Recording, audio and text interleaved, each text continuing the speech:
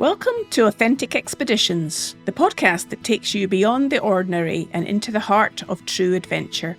I'm Sue Stockdale, your host, and today we're setting sail on a voyage to the edge, where discovery meets luxury and the spirit of exploration is alive and well. Expedition cruising is more than just travel, and it's an invitation to see the world's most remote and breathtaking destinations without sacrificing comfort. And who better to guide us through this world than Jane Middleton, Managing Director of Authentic Travel Company.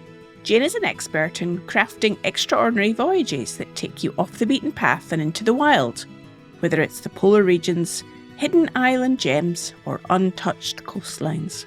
In this episode, we'll explore the magic of expedition cruising, what makes it so special, and how it transforms the way we experience the planet, and why it might just be the perfect adventure for you. Welcome to the podcast, Jane. It's lovely to speak to you today. Lovely to see you, Sue, as always. Now, I'm really interested to kick off our podcast series, finding out about the Authentic Travel Company that you founded. What inspired you to create a business around travel?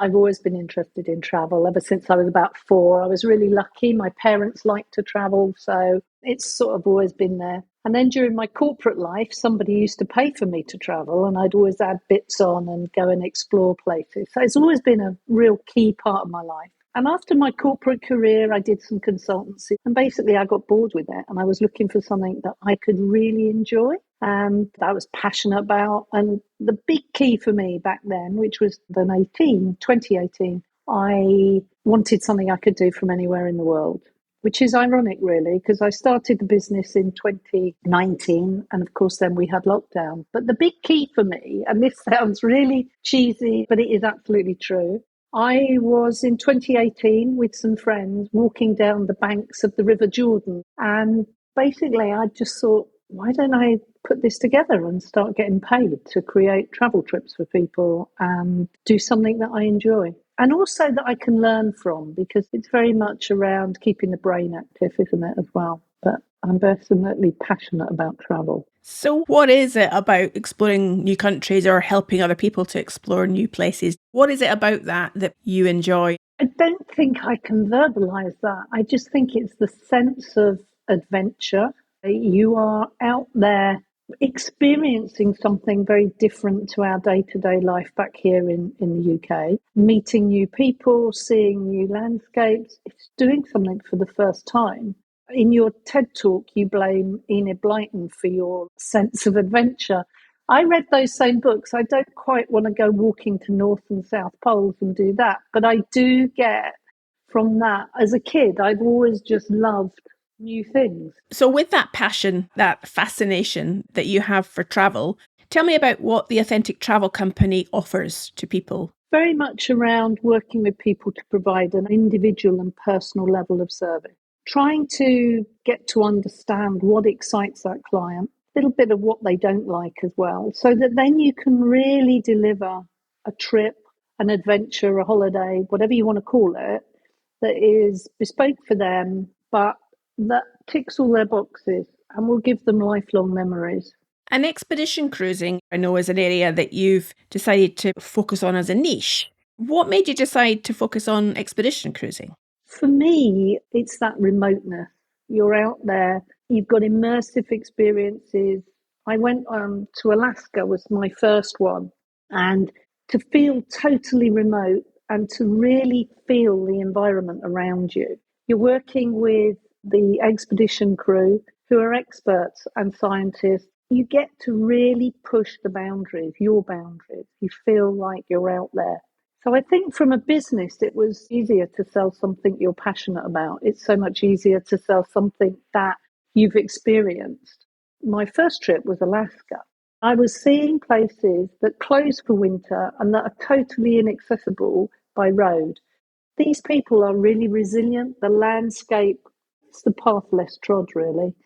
And now you're starting to see some great operators out there, some great experiences for people. So for me, it ended up in there by default because I'm passionate about it. There's nothing better than following our passion and bringing that energy and enthusiasm to others. Now, for the listener that isn't familiar with cruising, I'm wondering if you can give us a kind of definition about what is an expedition cruise and how is it different from going on a 3,000 or 4,000 person cruise ship?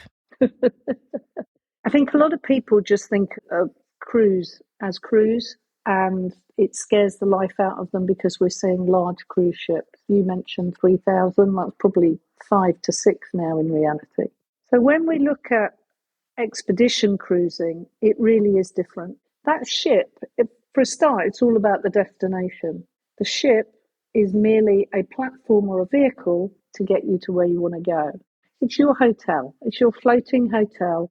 It's where you get to spend time when you're not running around in zodiacs and enjoying the outside life.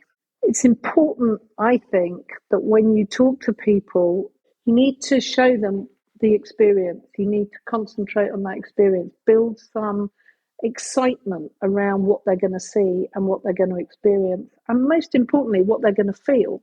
I'll never forget the words, and they still make my hair stand up on the back of the neck when Steph, our expedition crew, came on at 6:30 one morning and said, "Welcome to Antarctica." And I ran out and opened the curtains, and there is the sea, there is icebergs, and more importantly, between us and the land, there was 2 or 3 breaching whales. And you're like, oh my God, we've arrived. We survived the Drake, and we're here. And that, I think, is what you have to try and get across to people. It's the experience and what they're going to feel and enjoy. And I also know that part of the reason that expedition cruises can get to the places that other cruise ships cannot is because of their size. Absolutely. And it's important that we protect these places and that we ensure we're respectful of the locals and the environment. We're seeing a lot of cruise ships banned from a lot of places. And I think, to be honest, Sue, you're going to see a lot more coming up in the future. It's down to our industry to make sure that we can work within these regulations because it's all for the good. And it means that we, as ambassadors for these places, get to continue to see them and that they will live on for a lot longer.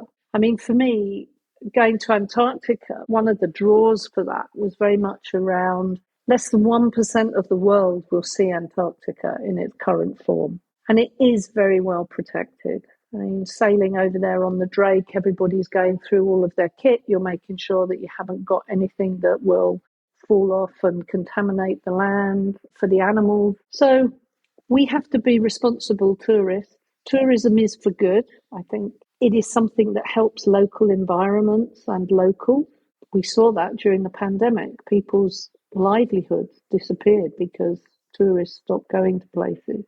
So we have to protect what's out there. When you think about expedition cruising, you've mentioned Antarctica already. Do you have any other favourite destinations that you have travelled to, whether on an expedition cruise ship or more generally as a traveller? Yeah, I think for me, very surprisingly, was back in 2017, I went to India. And it's never been on my list. And to this day, I still don't know how my partner managed to get me there. I really don't. But it was life-changing. So before I went on the trip, I was moaning about stupid issues in my life that I thought were really important. And I was probably behaving like a right spoilt brat, as we all do at certain times in our lives. But looking back on the experience, we went out there. India, as you know, has huge poverty issues. But we went with a company that has a foundation and worked with Women on Wheels. So they were the ones driving us around, and it's the opportunity to give women jobs in a safe environment. But we were going around visiting homes, and you go and see these people, they have nothing, and they offer you tea, they offer you bread. They're really keen. They welcome you with open arms. They're really keen to talk to you and understand you and your culture and everything. And I was blown away by the Sikh temple in Delhi, which is open 24/7, 365 days a year, and provides food for over 35,000 people a day. I mean, those are staggering numbers. It was just absolutely incredible to see. And the other thing for me that I'll never forget is the colour.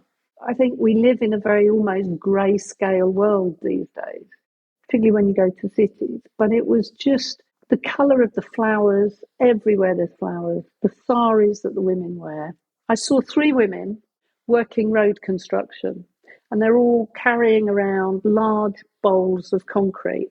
And yet they're dressed in the most colourful saris that I've ever seen. When I came back, it humbled me, I would probably say, made me realise that if we're going to go and travel the world, we need to get out there and do it now. So that spoilt child, as you described it, didn't return from India? I don't think so. I think she's been put to bed and hasn't risen again. Not sure whether my other half would agree, but yeah. Now, given that you've been running the company for a number of years, Jane, how have you seen travel and what clients are interested in change during that time? Obviously, travel was really badly affected by COVID. And I think COVID gave people, it stopped them short. It made them realise that we took the world for granted. And that also we always talk about, well, we're going to do something next year, or when I'm 50, when I'm 60, I'll do this. I think it made people sit up and realise, if you're going to do it, let's do it now. The new saying that we're hearing out there is, it's not about how long you will live, but how long you will actively live and go out and enjoy travel. Television now is bringing destinations to us into our living rooms, and we are experiencing up close and personal wildlife, the scenery, the locals. Train travel has been absolutely blown out the water. We're seeing traveling with Susan Calman, and we're seeing expedition cruising in there. So people are beginning to see it and want to go out and explore it for themselves. They're looking for that sense of adventure. It's almost creating that inner explorer is coming up and welling up inside them and wanting to get out a little bit more. Now, you're definitely speaking my language there, Jane, talking about an inner explorer. Mine's in there somewhere. It comes out every so often. We're off to the Arctic in July, and I can't wait to get up there and hopefully see a polar bear or two. I hope you have an opportunity to be able to do that. Have you ever had a travel experience that really surprised you? You mentioned India already. I'm just wondering, in your travels, whether something has been surprising or not as you expected it to be. It's interesting, isn't it? Because very often people will say, well, it wasn't as I expected. But then you say to them, so what did you expect? And they go, well, I don't really know. I think for me, that was last year on our way down to Antarctica. We added a couple of days on in Buenos Aires. And I suppose you're going to a big city.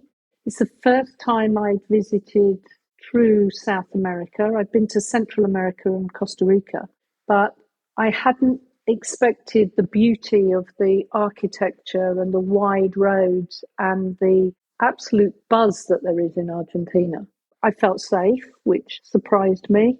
A lot of it is preconceived ideas, and don't judge a book by its cover, but unfortunately we do. That's human nature. I expected to feel unsafe. I wasn't sure about walking around. I think it was just the most beautiful city. The people were lovely and welcoming. And the Malbec and the steak was very reasonably priced, as well as tasting the best I've ever had. Based on the experiences you've had, how do you then bring that in to designing a journey, a holiday for others? To get to somewhere is expensive.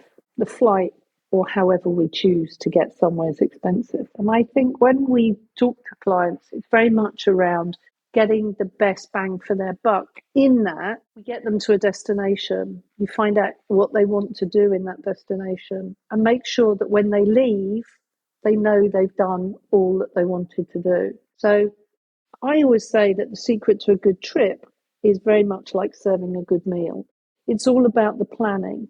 And for me, it's pairing the client with the operator. That means sitting down and having a real good discovery discussion with the client, understanding where they've been, where they want to go, and what they want to get out of it. Some people just want to fly somewhere, as we call a fly and flop, and do nothing. Others will want to go the exploration route and explore and experience as much as possible. So when we create a trip, the idea is that when they come home, they know that they've ticked all their boxes and they know that they've seen everything that they want to do, and they can then start concentrating on where to next. One question I have about that is, I'm hearing planning and preparation is really key to success from your perspective. I also wonder, sometimes particularly on expedition cruising, we've got to be prepared for the unexpected because we're traveling into an environment where Mother Nature is in charge. Sometimes we don't get to the destinations we want to, the weather conditions are bad or something like that. So I'm wondering, how do you help the traveller prepare to be open as well, even although they've got a plan? Yeah, that's an interesting one. I often say to people, it's all about the itinerary, as you know. So you go through the itinerary, but you do have to be very open with them and say that may not happen. And I always say to them, every day you have a briefing. On day one, they will put a plan up and it will tell you where you're going to go. And that's the last time you'll see that plan. And how close you get to it will depend. But to me, that's all part of the real exploration. You go on a classic cruise, you know that on day 4, you're going to be in Rome and you're going to go and do this, you're going to do that. The reason I chose my Antarctic expedition last year was because it crossed the Antarctic Circle. That was the plan. So we sailed across the Drake and we came onto the peninsula a little bit lower down. And we had the most amazing weather, most amazing first day. And then unfortunately, we had a medical emergency on board. You're in a very remote place, so we could not continue further south to the circle. We had to come back up and we had to stay quite close to the top of the peninsula for a couple of days. The amazing thing was we got to sail through the Le Maire Channel, which was gin clear. It was absolutely fabulous. No icebergs or anything. And the expedition crew kept saying to us, oh my God, this is amazing. We've not seen it like this for months. It's always raining or it's always low cloud or there's always ice around. And it was so none of those things that we had real problems trying to understand that they were telling the truth. So we go off, we spend 3 days north of there and then medical emergency all gone. We're now going to head back down south and head for the circle. We began to sail towards the Le Maire Channel, which within those 3 days had become completely chock-a-block of icebergs. We couldn't get access into the channel at all. And so we then had to have a change of plan. And we looked at, could we go down around the peninsula and come back out into the open sea? But unfortunately, there was 50 knot winds and we couldn't do that. So the expedition team leader and the captain had to work out what we were going to do, where we were going to go. And they do this on a daily basis. They are absolutely amazing, these people. And I appreciate I'm using the word amazing quite a bit, but it really is. It's just so clever how they think on their feet and how they've got so much experience that they make sure you get the trip of a lifetime. I think our expedition leader was leading 3 different trips last year in February and March.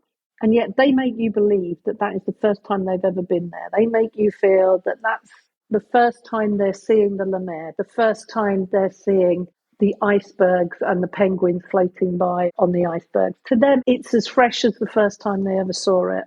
And they really inject that enthusiasm and show it to you and open your eyes to it. You never miss anything. They are constantly on watch to make sure that you see what's out there. Well, I'm glad you brought up the topic of expedition leaders, Jane, because in subsequent episodes of this podcast series, I'm going to be speaking to an expedition leader, in fact, more than one.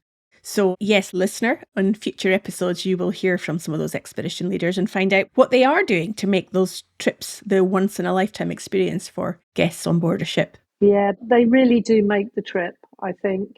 You know, we said earlier that the ship is a platform, it's your floating hotel.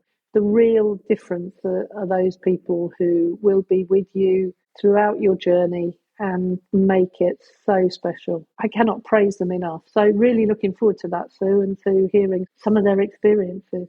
Now, for someone who's never taken an expedition cruise before, Jane, what's your best advice to them? Go for it. I mean, come on, that's all there is. Work out where you want to go. That's the main thing. And I would say the first question there is, do you want to go somewhere hot? Do you want to go to the Galapagos? Do you want to go down to the Kimberley in Australia? Or do you want to go to the polar region? As I said, we're going up to the Arctic in July and we're expecting between 3 and 5 degrees in July. So not exactly that warm. But yeah, work out where you want to go. Find an agent to help you that you will trust. And also who has expedition experience. The market has grown. There's a lot of people now selling expedition cruises. You need to find someone who's got expedition experience and that can answer all your questions. If they can't answer your questions, go and find somebody else. That's what I would say. Don't be afraid to ask questions. This is stepping into the unknown. This isn't pack your bags, getting on a plane, going to a hotel, and just living near a beach. This is, what do I pack? What am I going to feel? What's it going to be like on the open sea? What do I need to take? To me, that was the most daunting part. We were going to Antarctica. I couldn't wait to go, but the sort of trepidation about what I was going to take, what I really needed to take. And all the operators will look after you. They make sure that they send you documents with loads of packing advice and everything else in there. But it's like anything. You need to find somebody to book with who you're happy to talk to, who you feel looks after you and who you trust. Jane, have you noticed any trends in expedition cruising, such as new destinations? So apart from the sector growing, which it's doing a rate of knots, we're seeing new destinations such as the Kimberley region down in the northwestern corner of Australia. And it's still one of the world's last wild frontiers, accessible really only by boat. By nature, expedition ships are always much smaller than the classic cruise ships. They range between 100 and 200 passengers. But you talk about trends, we're now seeing demand for even smaller ships with even more personal experiences. So when you look around Canada and you look around British Columbia, you're starting to see ships with as few as 12 on board. And they're calling this micro expedition cruising. And it's a great way for families to hire the whole ship and to explore and to go out and see what they want to do as a family unit. So, yeah, it is changing. Well, I remember way back in the mid-90s on my first small ship sailing down to Antarctica on an expedition. There was no frills, for example. I'm wondering if you can give us a sense of the degree of comfort that people experience in expedition cruise ships these days. So, yeah, gone are the days of the old Russian post icebreak. I think from now you can have as much luxury as you like. So the cruise that I'm going to talk about or feature later on is with Aurora Expedition. And I think these ships are built for comfort. They're built for safety. They have science areas on board. The food is fabulous. And it's built very much around the client's comfort. You can go from what I would call a very comfortable 4-star hotel right the way up to a probably borderline 6-star scenic eclipse with helicopters and submersibles on board and fine wines and fine dining and everything else. There's a cruise ship out there for everybody. And I think a lot of people say, I don't like cruising. As I said to you earlier, I don't like cruising. This woman was not for turning. And as you can hear, I've definitely turned. If you were designing the dream holiday, where would it go and what would it include? I think the Northwest Passage. I so want to go back and do the Northwest Passage across the top of Canada there from the Atlantic to the Pacific Ocean. It's sailing back in history. It's a real nod to brave explorers of the early 19th century. And it's still very affected by weather, as all expedition cruising is. It's a good 21-day trip, I think, to really enjoy it, but that would be my favourite. I think if it's for anybody else, it's wherever they want to go. They just tell us where they want to go, and we'll make it happen for them. Wonderful. Which brings me right back to the beginning of our conversation, Jane. The company is the Authentic Travel Company. What does authentic travel mean to you? For me, it's providing a personal and individual service for that person. It's not trying to shoehorn them into, well, I want to go to the Galapagos, right, we'll shove them on this ship and that's it, off you go, bye-bye, have a nice time. For me, authentic travel is out there really experiencing what there is to experience in those locations. For you and I, that could be two very different things. So it's down to me to understand what it is that makes you enjoy holidays and really trying to fit it around you so that you can then go off and have the holiday of a lifetime. And might I also add, listener, I sense that if you've been listening to Jane carefully, you'll probably get a sense she's pretty authentic as well in how she comes across. Well, thank you, Sue. I really appreciate that. I think you have to be. These days, there is too much fake stuff around. Sometimes I have actually said to people, that holiday isn't for you. If you want to book that, that's fine. But they have to go and find somebody else who will book that for them. So I really appreciate that. Thank you, Sue. And finally, Jane, what's the featured cruise that you would recommend for this episode? So it's got to be Exploring the Realm of the Ice Bear. Next June the 11th, 2026, with you as the expedition leader. Authentic Travel have managed to secure 6 cabins at great price.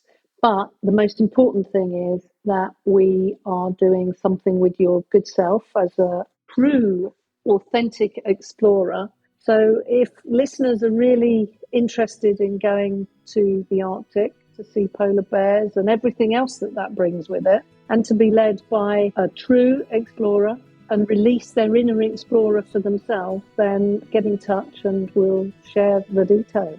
Well, thank you so much, Jane, for your time. I think it's certainly given me a bit of an insight into what Authentic Travel means to the company that you've built and the experiences that you create for your clients. I hope you have some lovely journeys this year. That's brilliant. Thanks, Sue, and I've really enjoyed talking to you this morning. Well, what an incredible conversation. A huge thank you to Jane Middleton for sharing her insights on expedition cruising and why it's one of the most immersive ways to explore the world. From the icy frontiers of Antarctica to the wildlife-rich Galapagos, these voyages offer a rare chance to experience nature in its purest form. Well, if today's conversation inspired you, then why not head on over to Authentic Travel's website to check out all the details of the cruise that Jane mentioned. And thank you for joining us on this podcast. If you enjoyed this episode, be sure to subscribe, leave us a review and share it with a fellow adventurer. I look forward to connecting with you again soon.